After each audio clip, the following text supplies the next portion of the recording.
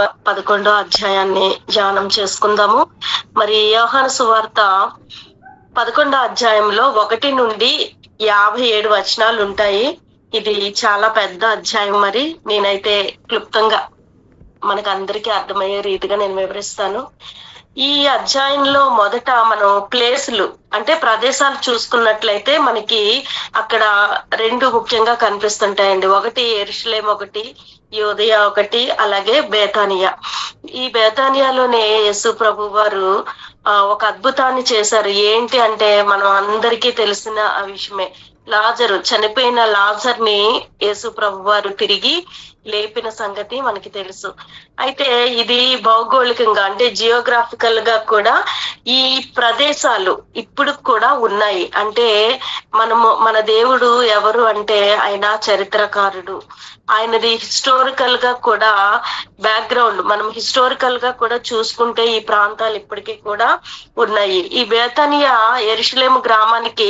యెరూషలేముకి బేతనియా గ్రామము దాదాపు ఒక 2 నుంచి 3 మైళ్ళు దూరంలో ఉందని, దగ్గరగా అంటే 2-3 మైళ్ళకే యెరూషలేముకి దగ్గరగా ఉన్న గ్రామం అండి. మరి ఈ బేతానియాలో ఎవరున్నారు అంటే లాజర్ గారు, అలాగే మార్తా, మరియా ఉన్న గ్రామము. ఇది యెరూషలేముకి 2 మైళ్ళు దూరంగా ఉంది. అయితే యెరూషలేము అనగానే మనకి ఏం గుర్తొస్తుంది అంటే అక్కడ దేవాలయం గుర్తొస్తుంది, ఇంకా యూదుల యొక్క మత కేంద్రం అండి. అక్కడ నుండి చాలా మంది మరి పరిచర్యలేంటి, శాస్త్రులేంటి, వీళ్ళందరూ ఎక్కడ ఉన్నారంటే ఆ యెరూషలేము యూదులకి మత కేంద్రంగా ఉన్న ప్రాంతంలోనే వాళ్ళు ఉన్నారు. అక్కడ నుంచి చాలా మంది లాజర్ చనిపోయినప్పుడు ఆయన్ని మరి వాళ్ళ అక్క వాళ్ళతో వచ్చి ఆ మార్త దగ్గరికి, మరియ దగ్గరికి వచ్చి కూడా వాళ్ళ దుఃఖాన్ని పంచుకున్నట్లు మనం చూస్తాము. ఇంకొకటి యోర్దాను నది మనకి మత్తయి సువార్తలో కనిపిస్తుంది. 3వ అధ్యాయములో యేసు ప్రభు వారు దైవ మానవుడిగా ఈ లోకానికి వచ్చిన తర్వాత ఆయన బాప్తీసం ఇచ్చే యోహానుతో బాప్తీసం పొందిన నది ఏంటంటే యోర్దాను నది. ఈ పరిసర ప్రాంతాల్లోనే యేసు ప్రభు వారు ముందుగా ఆయన సిద్ధపాటు దశ అని చెప్తాం. పరిచర్యలోనికి వచ్చే ముందే ఆయన బాప్తీసం తీసుకున్నారు. ఎవరితో అంటే బాప్తీసం ఇచ్చే యోహాను గారితో ఆయన బాప్తీసం తీసుకుని ఆయన పరిచర్యను ప్రారంభించారు. అంటే ఇవన్నీ చూసినప్పుడు మనకి ఏమర్థమవుతుంది అంటే ఇది కేవలం కల్పితము కాదు, నిజమైన ప్రదేశాలు, నిజమైన వ్యక్తులు, నిజంగా జరిగిన సంఘటనలు ఈ అధ్యాయము వివరిస్తుందండి. మరి ఇంకా లిటరల్ గా చూసుకుంటే లాజరు అనారోగ్యంతో చనిపోతాడు. లాజరు అనారోగ్యంతో చనిపోతారు. యేసు ప్రభు వారు 2 రోజులు ఆలస్యంగా, అంటే చెప్పిన వెంటనే యేసు ప్రభు వారు రారు.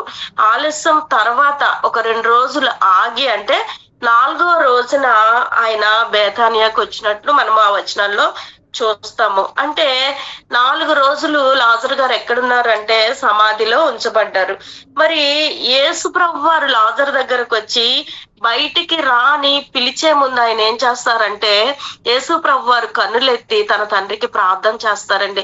కృతజ్ఞతాస్తుతులు చెల్లించి ప్రార్థన చేస్తారు. చేసిన తర్వాత లాజరు లెమ్ము అంటే లాజరు ఏమవుతారంటే తిరిగి ఆయన బ్రతికి బయటికి వస్తారు. ఇది ఒక అద్భుతము, ఇది ఒక మెరాకిల్. అంటే మృతులలో నుండి పునరుద్ధానము. అక్కడ యేసు ప్రభు వారు ఆ అధ్యాయంలో చెప్పిన మెయిన్ వర్సెస్ ఏంటంటే నేనే జీవమును, నేనే పునరుద్ధానమును. నిజంగానే ఆయన యందు విశ్వాసం ఉంటే, మరి విశ్వాసం ఉంచిన వాళ్ళు చనిపోయినా కూడా బ్రతుకుతారు. అంటే ఇది శారీరకమైన జీవితం మాత్రమే కాదు, కానీ అక్కడ ప్రభువారు ఏం చెప్పారంటే నిత్య జీవము గురించి కూడా ఆయన చెప్పారు. బాహిర్గతంగా ఆయన ప్రకటన చేశారనమాట.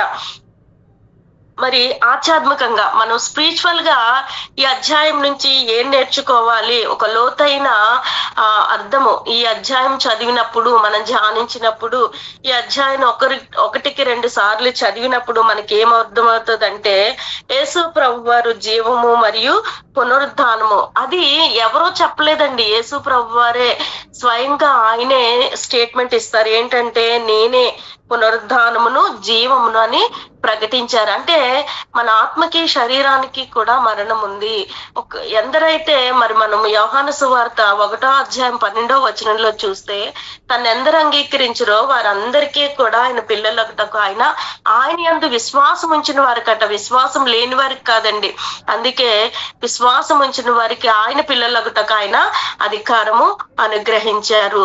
ఈ అనుగ్రహము ఏంటంటే కేవలము శరీరానికే కాదు, ఆత్మకి కూడా. ఈ శరీరము మరి మట్టే కాబట్టి తిరిగి మనలో కలిసిపోతుంది. కానీ ఈ ఆత్మ ఆయన్ని అందు విశ్వాసం ఉంచి ఆయన నమ్ముకున్న వారే రక్షింపబడతారు, నిత్య జీవము ఉంటుంది అన్న స్టేట్మెంట్ ఇక్కడ ఆయన ఇస్తారు. నేనే పునరుద్ధానమును జీవమును. అలాగే విశ్వాసం యొక్క ప్రాముఖ్యత కూడా ఈ అధ్యాయంలో కనిపిస్తుందండి.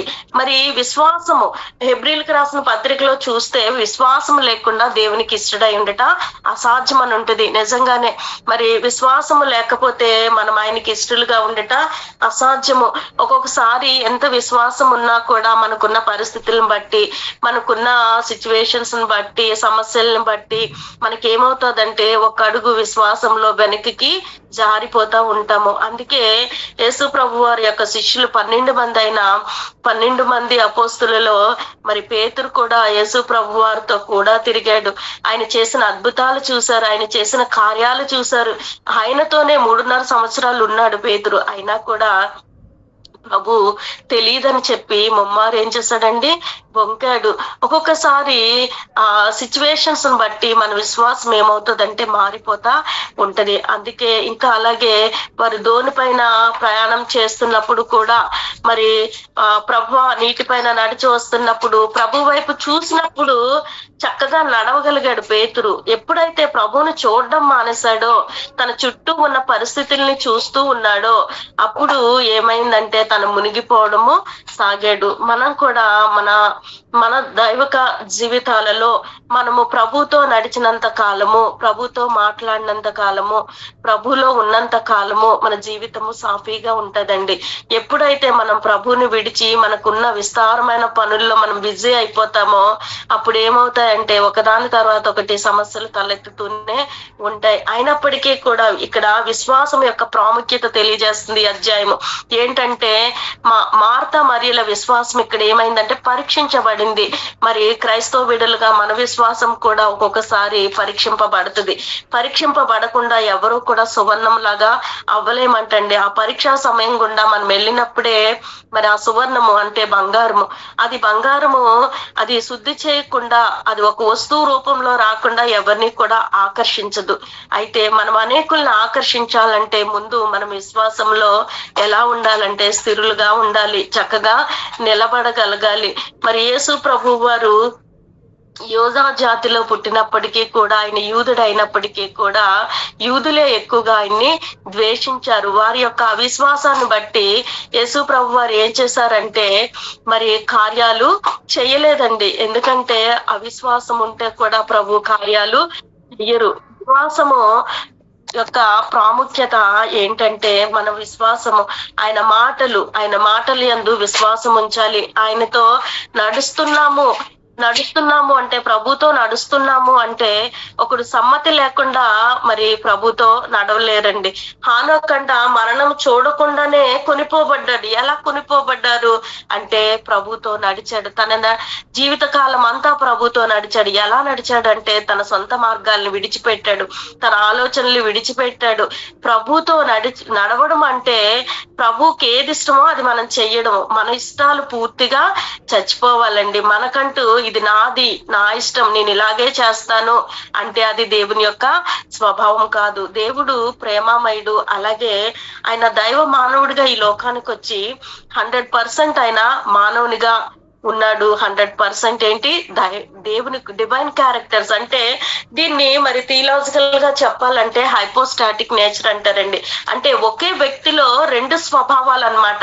అంటే డివైన్ క్యారెక్టర్స్ అలాగే హ్యూమన్ క్యారెక్టర్స్.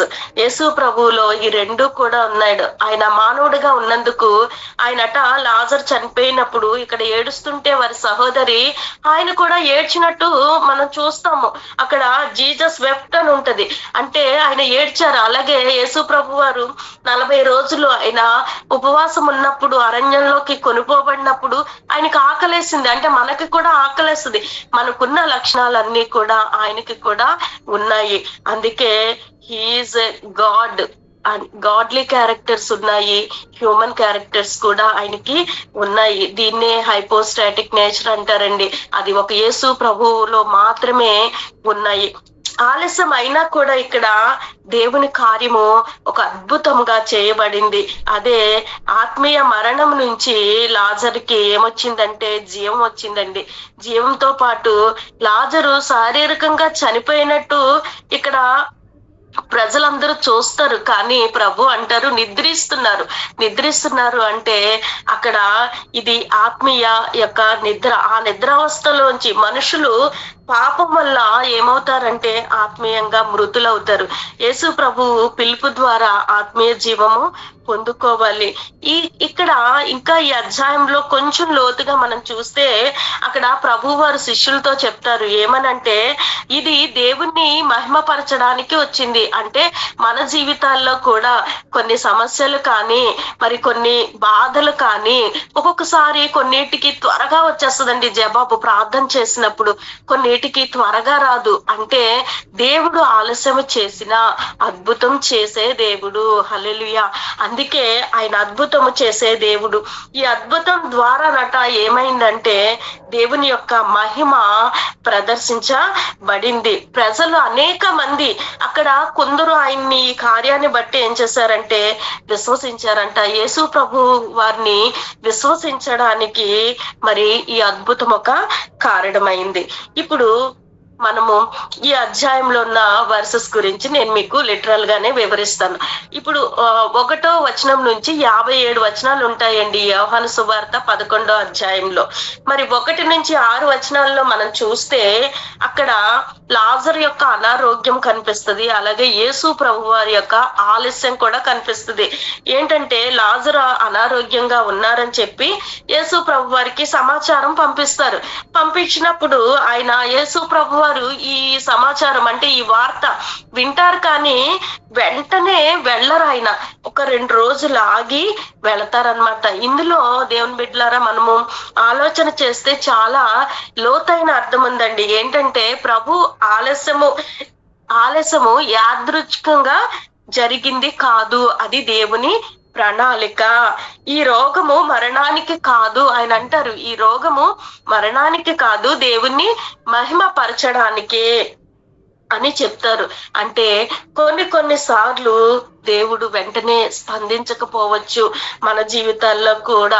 అయితే అంత మాత్రానికి మనము ఏంటంటే నిరాధారణకి గురి కాకూడదు. ఎందుకంటే గొప్ప కార్యాలు, అద్భుత కార్యాలు, మహిమ కార్యాలు ఆలస్యమైన మన దేవుడు అద్భుతాలు చేయ దేవుడండి. హల్లెలూయా. అది లాజరు యొక్క మరణాన్ని నుంచి ఆయన జీవనంలోనికి బ్రతికించినప్పుడు ప్రజలందరూ కూడా అక్కడ చూశారు. కొందరు విశ్వసించారు, కొందరు ఏం చేశారంటే విమర్శించారు. 1 నుంచి 6 వచనాల్లో అది మనం చూస్తామండి. 7 నుంచి 16 వచనాల్లో చూస్తే శిష్యులతో సంభాషణ. అంటే ఇక్కడ మరి కాన్వర్జేషన్ జరుగుతూ ఉంటది. ఎవరికంటే ప్రభు వారికి శిష్యులకి. అక్కడ యేసు ప్రభు వారు మళ్ళా ఏమంటారంటే యోదయాకు తిరిగి వెళ్ళాలని చెప్పినప్పుడు శిష్యులు భయపడతారు. ఎందుకు భయపడతారు అంటే మరి యూదయాలో మరి వాళ్ళందరూ కూడా యూదులందరూ మతం అంటే చాలా పిచ్చండి వాళ్ళకి.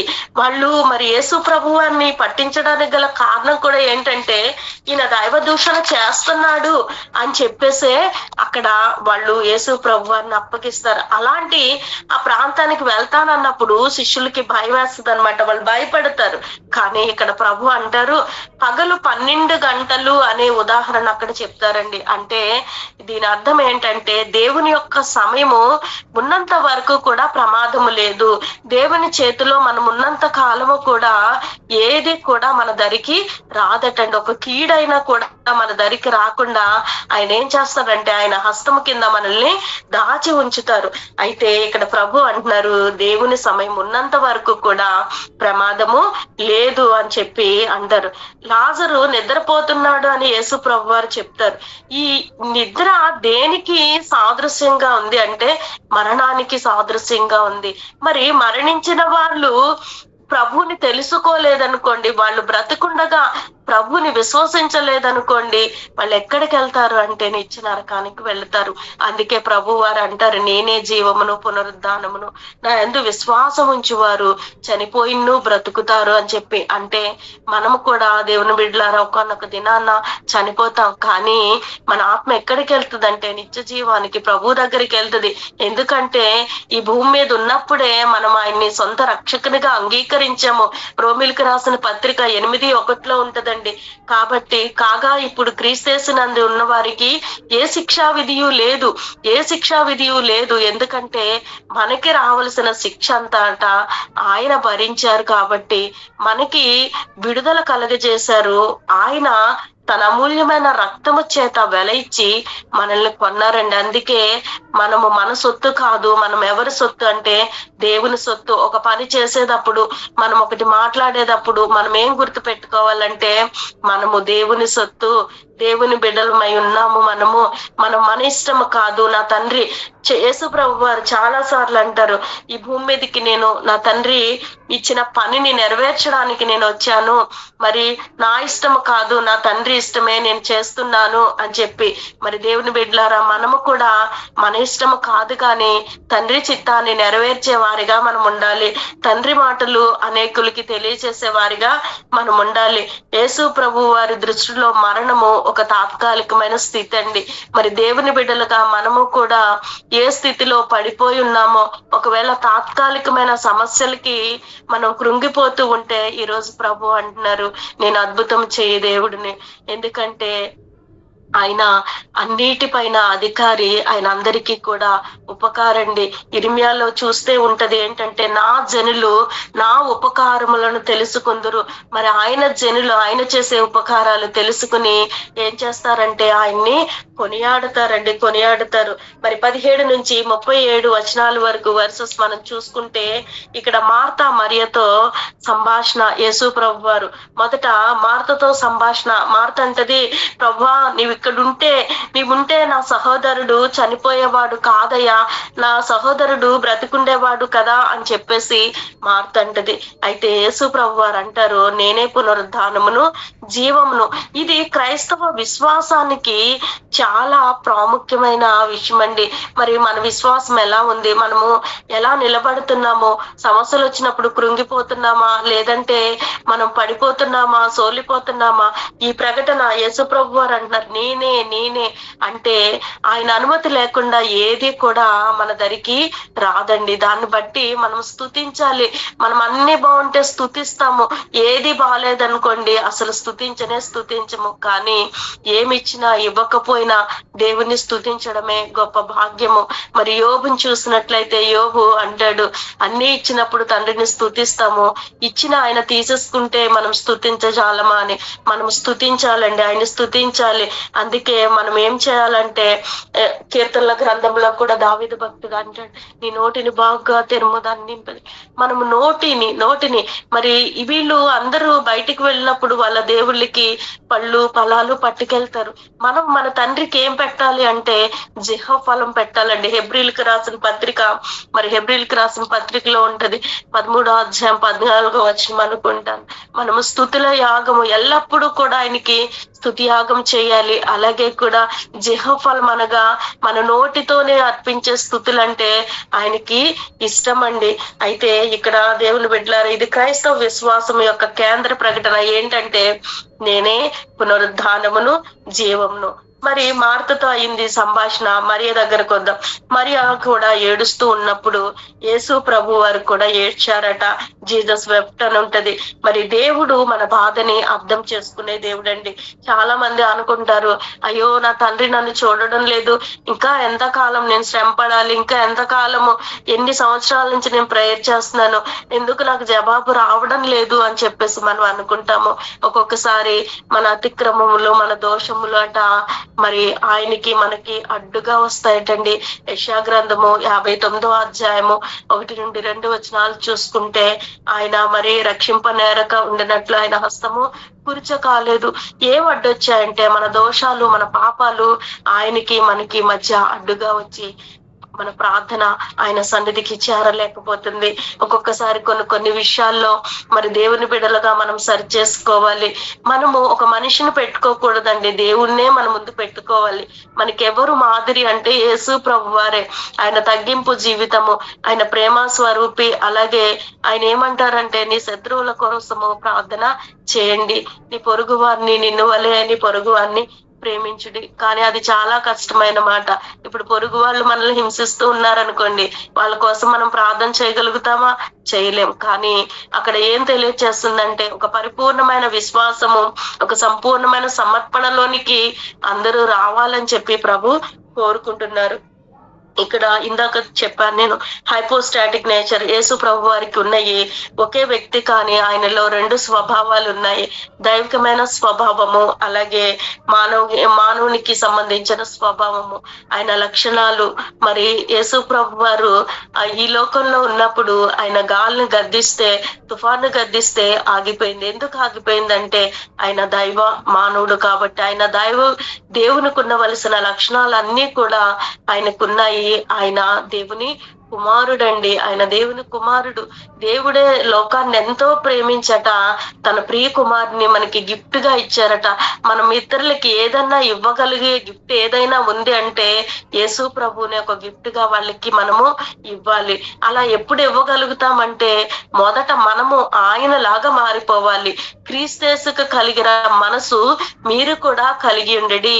ఇంకా మన మనసు ఎలా ఉండాలంటే, క్రీస్తేసుకు కలిగిన మనసు లాగా మన మనసు ఉండాలి. అంతేకాని నా ఇష్టము, నేను ఇలాగే చేస్తాను, నేను ఇలాగే మాట్లాడతాను, నేను ఇలాగే ఉంటాను అంటే, దేవుని బిడ్డలారా ప్రభు అంటున్నారు, మరి మీరు వినుమాత్రమై ఉండి దాన్ని గైకొనకపోతే యాకోబు రాసిన పత్రికలో ఉంటది, మనం వినువారు మాత్రమే అవ్వకూడదు, కానీ విని దాన్ని ఏం చేయాలంటే ఆచరణలో పెట్టి దాన్ని ఏం చేయాలంటే గైకొనాలి. 38-44 వచనాలు చూస్తే మరి లాజరు యొక్క పునరుద్ధానాన్ని చూస్తాము. అయితే ఏ గ్రామం అంటే బేతానియా గ్రామము. ఇది ఎక్కడుంది అంటే యెరూషలేమునకు మరి 2 మైళ్ళ దూరంలో ఉందండి. అక్కడ సమాధి రాయిని తొలగించబడుతుంది. ప్రభు వారు అంటారు, ఆ సమాధి రాయిని తొలగించండి. అలాగే యేసు ప్రభు వారు ప్రార్థిస్తారు. మనము కూడా ప్రతి దానికి కూడా ప్రార్థన. మరి బిల్లీ గ్రామ్ గారిని ఒకసారి ఒక ఇంటర్వ్యూలో మరి న్యూస్ రిపోర్టర్ అడిగారట, మీ రహస్యం ఏంటండి, మీరు ఎక్కడ మీటింగ్ పెట్టినప్పటికీ కూడా మరి చాలా వేలకు మంది వచ్చేస్తారు, మొత్తం నిండిపోతది అని చెప్పేసి అన్నప్పుడు బిల్లీ గ్రామ్ గారు నవ్వుతూ అన్నారట, మొదట ప్రార్థన, 2 ప్రార్థన, 3 కూడా ప్రార్థనని. నిజమండి, ప్రార్థన చాలా శక్తివంతమైంది. మనం ప్రార్థనని ఒక్కోసారి నిర్లక్ష్యం చేస్తూ ఉంటాము, కానీ ప్రార్థనే ఈ ఆత్మీయ జీవితానికి పునాది. ఎందుకంటే ఈ ప్రార్థన ఎలాంటిదంటే ఊపిరి లాంటిది అనమాట. మనం ఊపిరి తీసుకోకపోతే మరి మానవులుగా మనం చనిపోతాం. ఈ ఆత్మీయ జీవితం కూడా, మనలో ఉన్న ఆత్మ మరి చనిపోకుండా ఉండాలంటే ప్రార్థన ఈ శ్వాసగా ఉండాలి. ప్రార్థనకి చాలా ప్రాముఖ్యత ఉంది. ఎవరు ప్రాముఖ్యత ఇచ్చారంటే యేసు ప్రభు వారిని మనము జీవిత చరిత్ర చూసినప్పుడు ఆయన పెందల కడనే లెగిసి మరి ఇంకా చీకటి ఉంటుండగానే ఒలీవ కొండకెళ్ళి ఏకాంతంగా ప్రార్థన చేసినట్టుంటది. ప్రార్థన మనందరి జీవితాల్లో చాలా ప్రాముఖ్యమైనదండి. లాజరు బయటికి రమ్మని యేసు ప్రభు వారు అనగానే లాజరు బ్రతికి బయటికి వస్తారు. మరి 4 రోజులు ఎందుకు ప్రభు ఆలస్యం చేశారు అన్న డౌట్ మనకు వస్తుంది. ఎందుకు ఆలస్యం చేశారు అంటే, ప్రభు వారు యూదుల నమ్మకం ఏంటంటే, యూదుల నమ్మకం ప్రకారము 3 రోజుల వరకే ఆత్మ ఉంటుంది, 3 రోజుల తర్వాత పూర్తిగా పోతుంది, ఆత్మ ఉండదు అని చెప్పేసి వాళ్ళు నమ్ముతారండి యూదులు. అందుకని చెప్పేసి ప్రభు వారు వాళ్ళు ఏం నమ్ముతారంటే, 3 రోజుల వరకే ఆత్మ ఉంటది, 3 రోజులు అయిపోయింది కదా, ఇంకా పూర్తిగా ఆత్మ వెళ్ళిపోతది, పూర్తిగా ఆశ లేని స్థితి అని చెప్పి వాళ్ళు నమ్ముతారు. అయితే ఇక్కడ మరి దేవుడు అసాధ్యమైన దాన్ని సాధ్యం చేసేదా దేవుడండి. అందరూ అనుకుంటారు ఇంతటితో అయిపోయింది, ఇంకా ఏమీ లేదు అని ఎప్పుడైతే అనుకుంటారో అప్పుడు దేవుడు కార్యం చేయడం మొదలు పెడతారు. మరి ప్రవ్వా నేనేమీ చేయలేను. యెహోషాపాతుని చూస్తే పాత నిబంధన గ్రంథంలో వీళ్ళందరూ కూడా సైన్యాలన్నీ చుట్టుముట్టేస్తాయండి. అంతటి రాజు యెహోషాపాతు రాజు. అలాంటి రాజు ఇంకా చివరికి చతికిలబడి ఏమంటాడంటే, యెహోవా నీవే నాకు దిక్కు అని చెప్పి ప్రార్థన చేసినప్పుడు దేవుడు ఆ శత్రు సైన్యాన్ని ఓడించే శక్తిని దయచేశాడండి. ఇక్కడ ఈ 4వ రోజు పూర్తిగా ఆశ లేని స్థితి అనమాట. అలాంటి టైంలో దేవుడు ఏం చేశారంటే అసాధ్యమైన సమయంలో పనిచేసి అక్కడ ఒక అద్భుతాన్ని చేశారండి. మరి రాయిని తొలగించడం మనం చూస్తాము. యేసు అద్భుతం చేయగల దేవుడు. అయితే ప్రజల చేత రాయిని తొలగించారు. ఎందుకంటే దేవుడు కార్యము చేయడానికి ఏ టైం అయినా ఆయన సిద్ధముగా ఉంటారు. అంటే మనం అనుకున్న సమయంలో కాదు, మన చేతికున్న గడియారంలో సమయాన్ని బట్టి కాదు, దేవుడు మనకి నిర్ణయించిన సమయంలో ఆయన కార్యం చేస్తారు. అయితే మన సహకారం కూడా అవసరం. ఎలాంటి సహకారం అంటే అక్కడ మనం అధ్యాయం అంతా చదివితే ఉంటదండి. అక్కడ అంటారు, ప్రభు నీవు నమ్మినచో దేవుని మహిమను చూచెదవు. అక్కడ సహకారం అంటే ఏంటంటే నమ్మిక. మనకు నమ్మిక ఉంచాలి. మనము ఆవగించంత విశ్వాసము ఉంటే చాలు ఈ కొండని వెళ్ళిపోమంటే వెళ్ళిపోతుందని చెప్తారు అక్కడ మత్తయి సువార్తలో చూస్తే. మరి కొండ వెళ్ళిపోతుందని కాదు, కొండలాంటి సమస్య కూడా మనకు ఆవగించంత విశ్వాసం ఉంటే వెళ్ళిపోతుందండి. మరి సహకారం ఏంటంటే నమ్మిక. మనం నమ్మిక ఉంచాలి ఆయన పైన. అలాగే లాజరు మరి ఆయన బయటికి వస్తాడు. ఎలా వస్తాడంటే మరి గుడ్డలతో కట్టబడి మరి ఆ ఉన్న ప్రేత వస్త్రాలతోనే బయటికి వస్తాడు. అలాంటి వాటిలన్నిటి నుంచి యేసు ప్రభు వారు విడుదల ఆయనకి కలుగజేశారు. అంటే రక్షణ వెంటనే వస్తుంది, కానీ స్వేచ్ఛ అంటే ఫ్రీడమ్ అనేది క్రమముగా వస్తుంది. రక్షణ పొందుకున్న మనం అందరము కూడా ఆయనలో ఇంకా బలపడాలి అంటే కొన్ని బంధకాలు ఉంటాయండి. ఆ బంధకాలు అన్నిటి నుంచి మనము విడుదల కలుగజేసేది ఎవరు అంటే ప్రభు మాత్రమే. మనంతటా మనం ఏది కూడా తీసేసుకోలేము. అయితే ప్రభు సహాయాన్ని కోరినప్పుడు ప్రధాన శతాధిపతిని చూసినప్పుడు, ప్రభు దగ్గరకు వచ్చినప్పుడు, ప్రభు కార్యం చేస్తాడని నమ్మినప్పుడు ఆయన ఏం ప్రార్థన చేస్తాడంటే, అయ్యా అపనమ్మకం కలగకుండా సహాయం చేయి. అంటే మనము కూడా మన ప్రార్థనలో అయ్యా అపనమ్మకం విశ్వాసము కలగకుండా సహాయం చెయ్యని చెప్పి మనము ప్రార్థన చేయాలండి. అలాగే 45 నుంచి మరి 57 వచనాలు మనం చూసినట్లయితే ఇక్కడ ప్రతిస్పందన కనిపిస్తూ ఉంటది. ఆ వచనాల్లో ఏంటంటే చాలా మంది విశ్వసిస్తారు, కొందరు వ్యతిరేకిస్తారు. అలాగే యేసు ప్రభు వారిని చంపడానికి యోధా నాయకులు కూడా ఏం చేస్తారంటే నిర్ణయము తీసుకుంటారండి. ఎందుకు నిర్ణయం తీసుకుంటారంటే ప్రభు చేసిన కార్యాన్ని బట్టి అక్కడ అనేక మంది ఆయన యందు విశ్వాసం ఉంచారనమాట. మరి యేసు ప్రభు వారు ఉన్నప్పుడు రోమా సామ్రాజ్యములోనే ఉండేది. ఏంటంటే ఈ పరిపాలన సైనికులందరూ కూడా రోమా సామ్రాజ్యములో ఉన్న సైనికులందరూ కూడా యూదా దేశంలో ఉండేవారు. మరి యేసు ప్రభు వారు స్వదేశం ఏంటి అని మనం యోచన చేసినట్లయితే పాలస్తీనా దేశం అండి. యేసు ప్రభు వారు పాలస్తీనుడైనా కూడా మరి అక్కడ ఉన్న పాలస్తీనులందరినీ కూడా పాలస్తీనా దేశస్తులను పాలస్తీనీయులు అని పిలిచేవారు కాదట. ఏమని పిలిచేవారు అంటే యూదులని పిలిచేవారు. యేసు ప్రభు వారు కూడా యూదుడే. మరి యేసు ప్రభు వారు సొంత దేశం ఏంటంటే పాలస్తీనా దేశము. కొన్ని చారిత్రకమైన విషయాలను కూడా మనం ఈరోజు తెలుసుకుందాం. మరి యేసు ప్రభు వారు జన్మించిన ఆ టైంలో పాలస్తీనా పైన ఎవరు పరిపాలిస్తున్నారంటే రోమా సామ్రాజ్యంలోనే ఉండేది. రోమా సైనికులందరూ కూడా ఆ దేశంలో యూదా దేశంలో ఈ పాలస్తీనా దేశంలో ఉండేవారనమాట. వీళ్ళందరూ కూడా ఈ సమాచారాన్ని ఎవరికి తెలియజేసేవారంటే కైసర్కి తెలియజేసేవారండి. మరి యేసు ప్రభు వారి కాలంలో బ్రిటిష్ చాలా మంది దేవుణ్ణి ఏమంటారంటే అమెరికా దేవుడు, మన దేవుడు కాదు, విదేశీ దేవుడు అని చెప్పేసి అంటుంటారు. కానీ ప్రియమైన స్నేహితులారా, యేసు ప్రభు వారి కాలంలో బ్రిటిష్ దేశము రోమా సామ్రాజ్యంలో ఒక భాగం మాత్రమే. అయితే యేసు ప్రభు వారి కాలంలో భారతదేశం మాత్రం రోమా సామ్రాజ్యంలో భాగం కాదు. ఎందుకంటే 1వ శతాబ్దంలో మొత్తం 3 ఖండాలు ఉండేవి. ఆఫ్రికా ఖండము, ఆసియా ఖండము, ఐరోపా ఖండము. ఈ 3 ఖండాలే ఉండే అన్నమాట. అయితే యేసు ప్రభు వారి దినాల్లో యూదా దేశాన్ని ఏమని పిలిచేవారంటే పాలస్తీనా దేశం అని పిలిచేవారు. అయితే ఇది రోమా సామ్రాజ్యము పరిపాలించేది. యేసు ప్రభు వారు పుట్టక ముందే మరి గౌతమ్ బుద్ధుడు పుట్టాడండి. క్రీస్తు పూర్వము 560వ సంవత్సరంలో గౌతమ్ బుద్ధుడు పుట్టాడు. యేసు ప్రభు వారి కాలంలో భారతదేశంలో ఎవరున్నారంటే హిందువులు ఉన్నారు, బౌద్ధులు కూడా ఉన్నారు. అలాగే క్రీస్తు పూర్వం 600 సంవత్సరంలో సీతారాముల కథలట మొదటగా రాయబడ్డాయి.